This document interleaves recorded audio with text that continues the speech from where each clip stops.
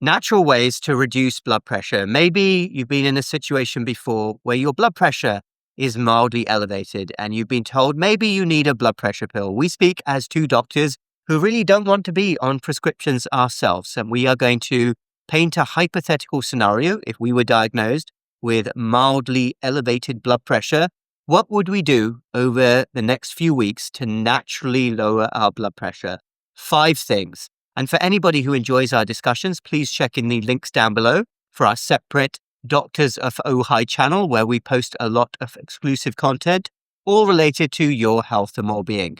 Dr. Peter, you want to get us going? Of course. I love this topic. And when is the last time your doctor has ever talked to you about natural ways of lowering your blood pressure? I feel like this day and age that people just jump right into prescribing medications. They don't tell you what you can change. So if I were to start up, the first thing I would do is concentrate on electrolytes and specifically potassium.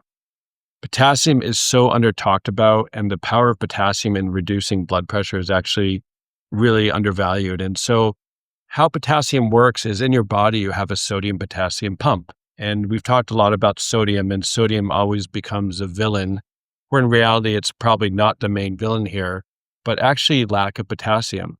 The typical diet in the United States is a high sodium diet and like a low potassium diet. And so how your body balances electrolytes is a sodium potassium channels. And so when people increase potassium, that actually causes a decrease in the extracellular content of sodium. And what that means is it helps your body excrete sodium and the excess sodium that we're getting in our diet. And by doing so, it does have a lowering effect on the blood pressure.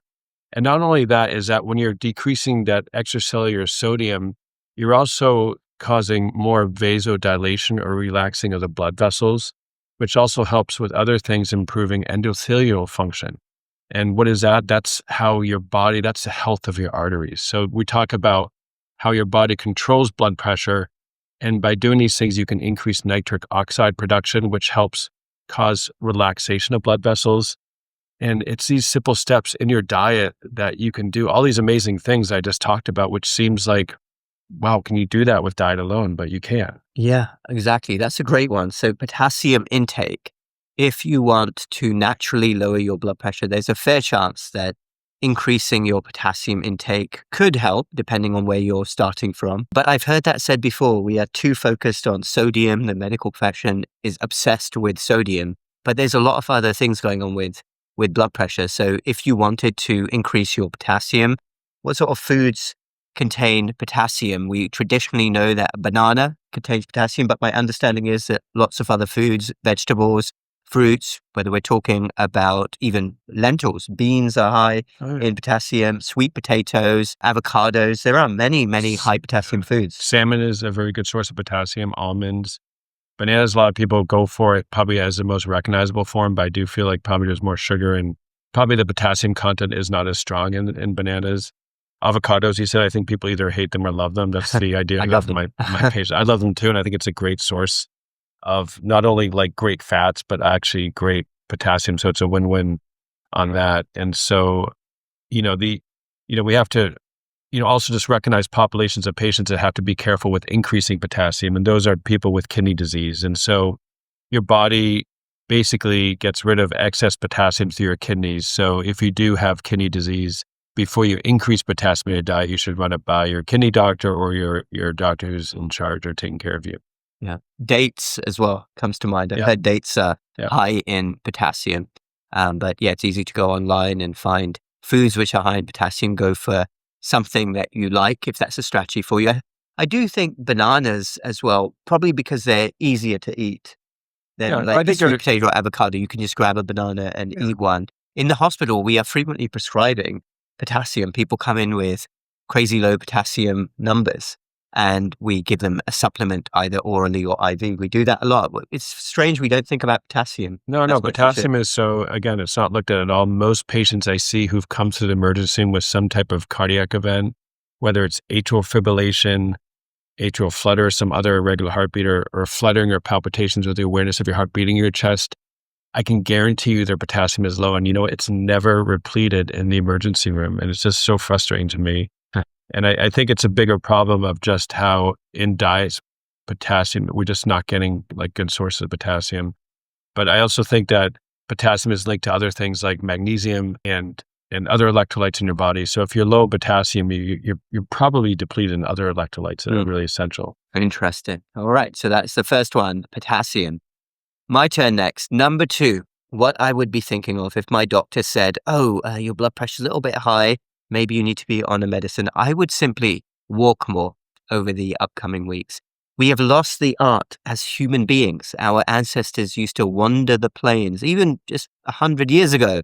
People were walking everywhere, but now everybody is so sedentary, and our culture is set up for people to be sedentary. I mean, you have to park as close as possible to a grocery store.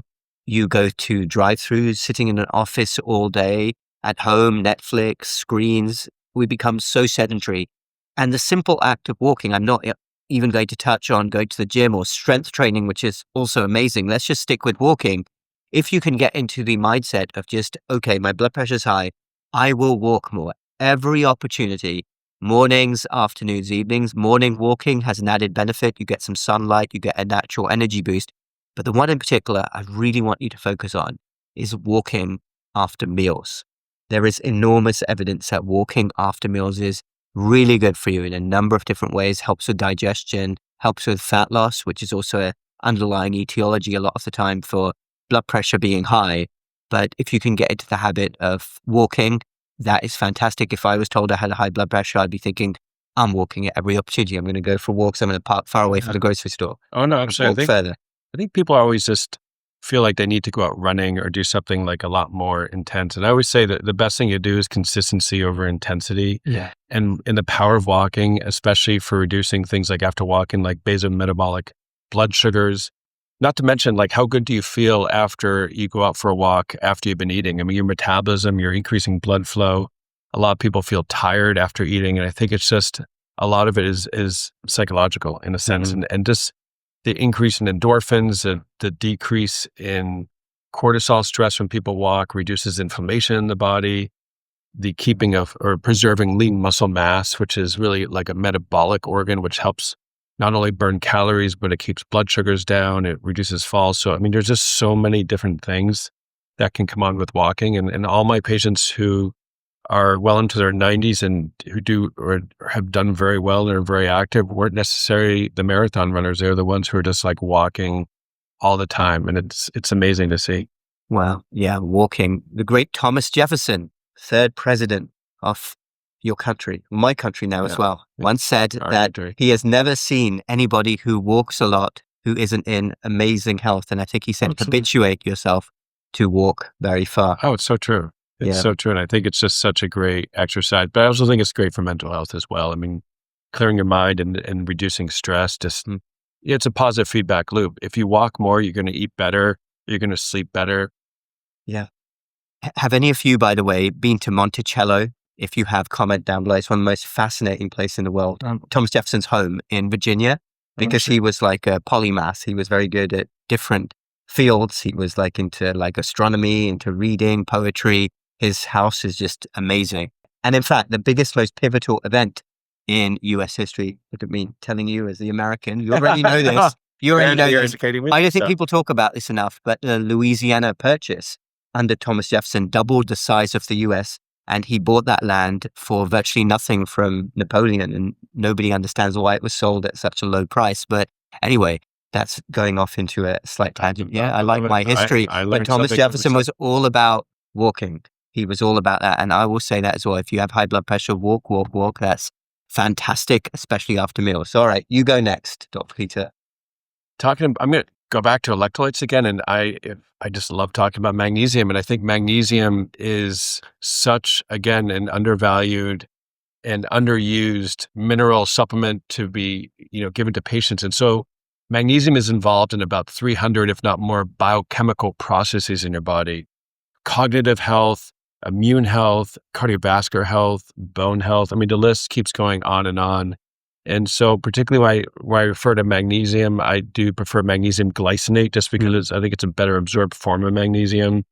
And so how does magnesium work in affecting your blood pressure? So magnesium does, by its nature, have a little bit of a calming effect. So some people take it at night will actually sleep better. And we know that better sleep lowers stress hormones and actually can make people, again, have lower stress and hence lower blood pressure.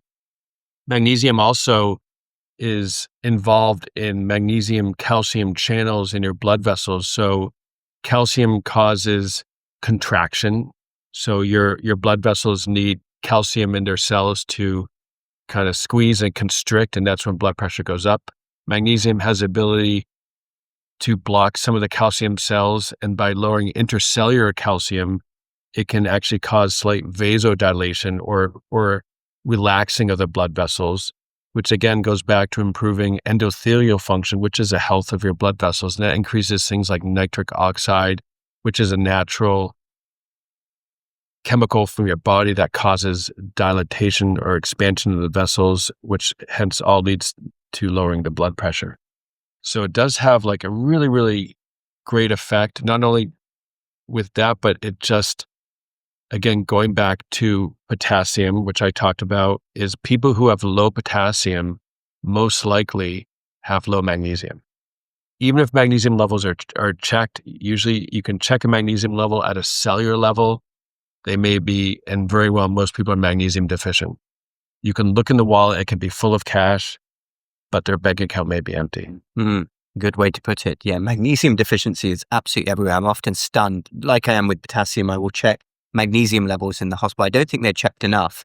I know your world of cardiology does like checking them. Heart doctors usually are all in on magnesium, but it's so amazing how many people have low levels. And there's this crucial element, mineral, which is required in the body for how many chemical reactions? Thousands of chemical reactions, including controlling the blood vessel wall. So obviously if you have an impairment there, it's going to increase blood pressure potentially. Okay, everyone, I'm going to interrupt that awesome discussion for a moment. This is the really boring part where I tell you all about our expanding natural health and well-being store. So I will cut right to the chase. Check in the links down below.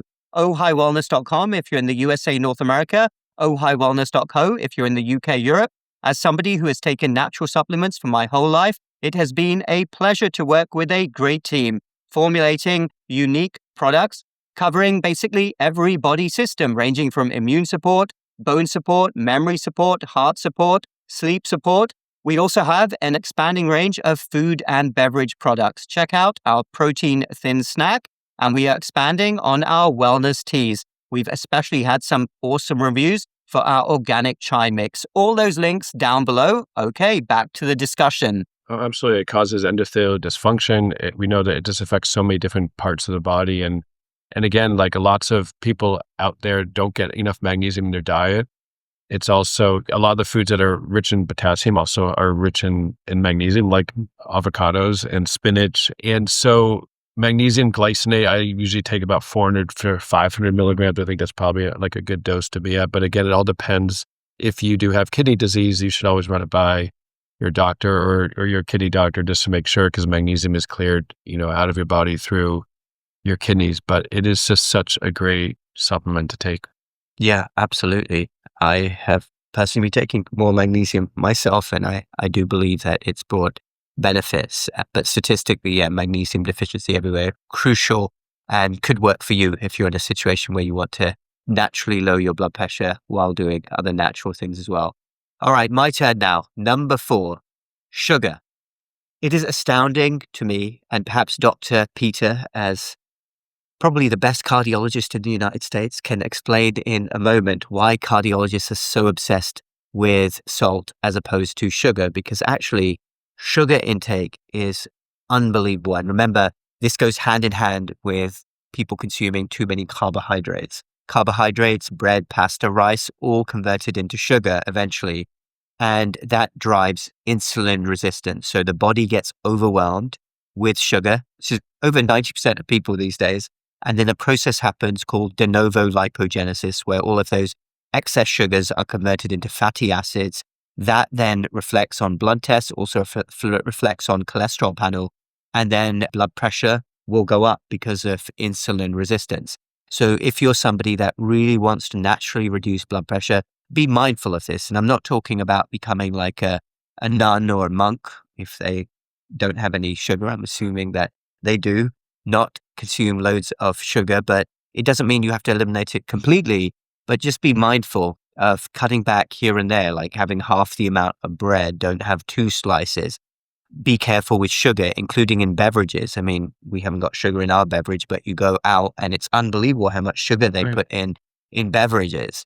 And people have consumed way more sugar before noon than your grandparents and great grandparents used to consume in 2 days. It's astonishing what is going on.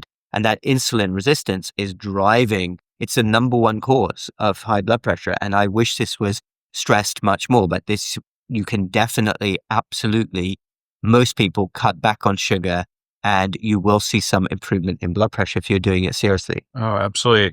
You're right, Seal, that salt became like the big villain in heart disease, and everyone talked about lowering salt and don't having any salt in your food. But in reality, I'm not worried about the salt that you're having at home. And I think, get good quality salt. I mean, we know that there are impurities in salt, and you want to get salt that has not been blast mined or has a lot of impurities in it. But salt is really found in the ultra processed foods. And it's the intense amount of sodium that just throws off the homeostasis of your body, can lower potassium. And that's probably where it plays a big role in. But sugar is really the big driver of heart disease.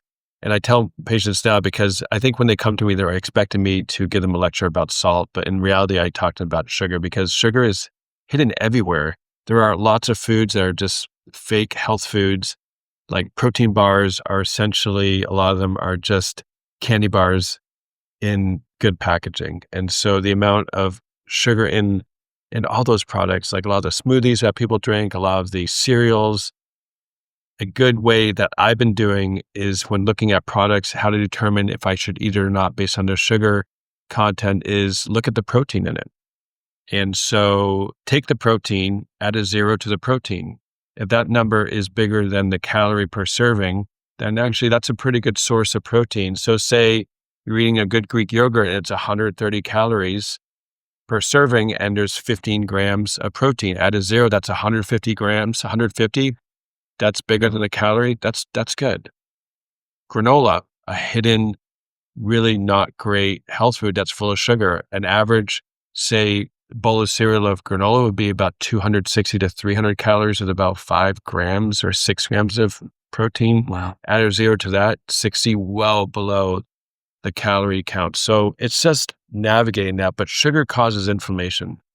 Inflammation disrupts the health of the blood vessels, and it stops the blood vessels the ability to adequately relax and constrict, for that matter, by the way of disrupting endothelial dysfunction, nitric oxide pathways, and not to mention sugar just does other things like visceral fat that binds to your liver and really causes a liver dysfunction and breaking down toxins in your body. It's just a whole pathway. Yeah. There is in your bloodstream only 1 teaspoon of sugar. That's it in your entire bloodstream. And a lot of these drinks out there will have like 12 or 13 teaspoons. So immediately, as soon as you consume this sugar, your body panics and your pancreas secretes insulin to lower it because high sugar is so damaging to the body. That's why people with diabetes, every single organ is affected. And it's really sad. And it's tough if you are addicted to sugar. So a couple of other practical tips. I really liked yours about the protein content. I personally have instituted time-restricted eating over the last 18 months. I don't actually do it for fat loss reasons. I do it for metabolic health. So no carbs or sugar before noon. I think that's a simple thing that could help many people. I do the same. I think it's great. Yeah. And if you are somebody who puts sugar in beverages, so I can tell you, I grew up, I kid you not, I've always been a tea drinker, 4 spoons of sugar in my tea. And I cut back to like 3, then 2, then 1. Then I used sweetener for a bit. Then I weaned myself off that. So it's like anything. It's like addictive and you have to wean yourself off it gradually. But sugar is, it's the bane of many people's lives. And if you have a blood pressure problem, a lot of the time cutting back on sugar is going to improve the blood pressure. Yeah. Another really practical tip is that if you look at the carb count on the nutrition label and take that number and divide it by 4, it'll give you roughly how many teaspoons of sugar are in that product. So say a can of soda at 36 grams of carbs, that's 9 teaspoons of sugar in that can. And put that in a bag, times that by drinking 2 of those a day, that's 18 teaspoons of sugar times a week. Crazy. I mean, it's incredible how it can add up. And people try, and I know everyone tries out there to cut back on sugar, but it's just so hidden in the foods too. So you really have to do a lot of work. And there are some good apps out there that you can download that can scan food and at the grocery store and to try to see if you can cut carbs out. Yeah. All right. Great. So we are on number 5, our final point, natural blood pressure reduction. Dr. Peter. So one of the things that, again, is not talked about and where people are told just to get rid of is stress. And stress is such a driving factor for high blood pressure in a number of ways. And one, we do know that stress increases cortisol levels, which is your stress hormone in your body, and increased stress hormone really just tears through your body. And so what it does is it can spike blood pressure up. It can cause the blood vessels, again, not to be able to relax and constrict as well. It disrupts sleep patterns. We know that disrupting sleep pattern drives blood pressure up. We know that it actually causes people not to be able to repair inflammation. And that's the beauty of sleep. It's your body's time where it resets itself. We know that this chronic stress has been definitely linked to increased heart disease, increased stroke, and many other different disease pathways through the main route of also just increasing inflammation. And we know that people who have had multiple, even nightmares from increased stress during the week, or at sometimes increased risk of heart disease more than that of a smoker. So there's just so many different ways that stress can actually really tear through your body and cause high blood pressure. And you can't really get rid of stress. It's everywhere. And so it's really about managing stress. Yeah. And this is something that people have probably learned since they were very young. You're stressed, your blood pressure goes up. I mean, we see it all the time in the hospital or even in a clinic. Somebody's stressed and their blood pressure is high and we tell them to relax. Those adrenaline and cortisol levels, which are high, wreak absolute havoc on your body. And what we have to remember is that modern culture is quite toxic and it encourages constant stress, especially if you're hooked on your phone, which I wouldn't advise. Put the phone off for dedicated time during the day. A couple of hours at least in blocks could be really good. Don't hook yourself on the mainstream media algorithm. They are trying to find ways to catch you all the time. And I talk to a lot of people who are over the age of 65 who say something very interesting to me. They say, we thought that as we get older, as we become more financially secure, our children grow up, that the stresses will go away, but they don't. And it's so true. Stress is a mindset at any age. There will never be a time. And to an extent, especially if you're a highly functional person, you need some stress. The goal is not to have zero stress, but it's to not let that stress overcome you. And I speak as a doctor for a few years. I can tell you every single condition out there has a link to stress. The amount of times somebody gets sick out of the blue, and I'll sit down with them in the hospital and I'll question them. And then they'll say, yes, I've been really stressed for a few weeks. And then boom, they get sick with something. Happens all the time. So you can't have zero stress, but if you have elevated adrenaline and cortisol, whatever you can do, I suggest 30 minutes every single day, non-negotiable, take your mind to a better place. So what works for you? For me personally, an intense gym workout. I come out sweating, I feel $1 million and I feel great. Stress is gone. But for you, it might be meditation. Maybe it's a hobby. Maybe it's a walk in nature. Maybe you enjoy spending time with friends. Whatever it is, 30 minutes a day of stress relief can do you a lot of good. Ideally longer, but start with 30 minutes. Yeah, and meditation doesn't need to be this prolonged meditation where people often feel like, well, I don't have time to do that. It can just be a few minutes in the morning and really just setting yourself up for the day. Box breathing is really good. We know that it naturally can lower blood pressure. So by taking deep breaths in, holding it, exhaling, and doing it in sort of a square pattern, it actually really helps you sleep better. It can help things like lowering blood pressure as well, which is really the final common pathway that we're trying to teach you here. But it is so true though. But I know for me, myself, exercise has been such an integral part of reducing stress and just walking. And so I love zone 2 cardio. I think that's a great way. Zone 2 walking pad in your office. I do. I have. Well, in between patients. Yep. He's like doing his notes on the walking pad. I love it. Fine example. Yeah. I mean, if I'm not seeing patients, I'm walking on a treadmill all day. I know that's not for everyone, but if you can do it, I highly suggest that you can knock in 10, 15,000 extra steps in a day. And so just getting your heart rate up a little bit so you're breathy and you can hold a conversation with someone, actually, I think is a really good way of being consistent as opposed to doing a really intense exercise. You feel burnt out from it. You don't go back and do it for another couple of days, but just doing some type of lower level exercise daily will just burn the stress off. And inherently, it will just lower your blood pressure as well. Yeah. You showed me your walking pad. Actually, I haven't got one yet. I'm thinking of getting one. It wasn't even that expensive. Actually, we can include a link down below to the one that Oh, you got, the absolutely. walking pad. Oh, And absolutely. you can check it out because I think I love it. it's a great invention and it's Oh, yes. benefited you Oh, during yeah. the day. Because Yeah. I work in a hospital, so I'm always like going up and down. Yeah. If I was in an office, I Yeah. would have a walking pad. I got a standing desk. I'm Yeah. like, well, I should just be walking. Why am I standing? And then, you know what happened is people in my office thought it was silly. And you know what? Now my manager has one. My other technicians have a walking pad now, and it's spreading through my Yeah. office, which is great. Nice. They're walking, and I love it. It's great. It's really good.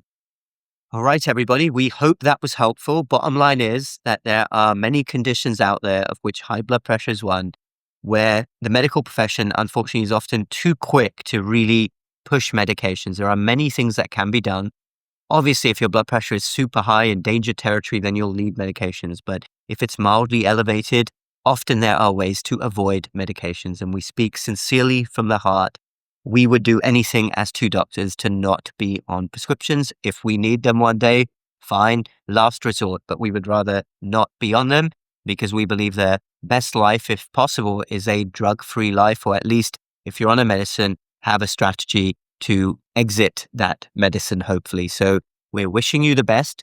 We are cheering you on. We know how hard you are trying to succeed. Do feel free to leave a comment down below. We would love to hear any stories you have or anything else that works for you to lower your blood pressure. Also check in the links down below once more for our separate Doctors of Ojai channel and our natural health and wellbeing store. OjaiWellness.com if you're in the USA, North America, OjaiWellness.co if you're in the UK, Europe. We are very excited by our expanding range of products to support you on your health and well-being journey, all uniquely crafted by us. We will speak again in the next video.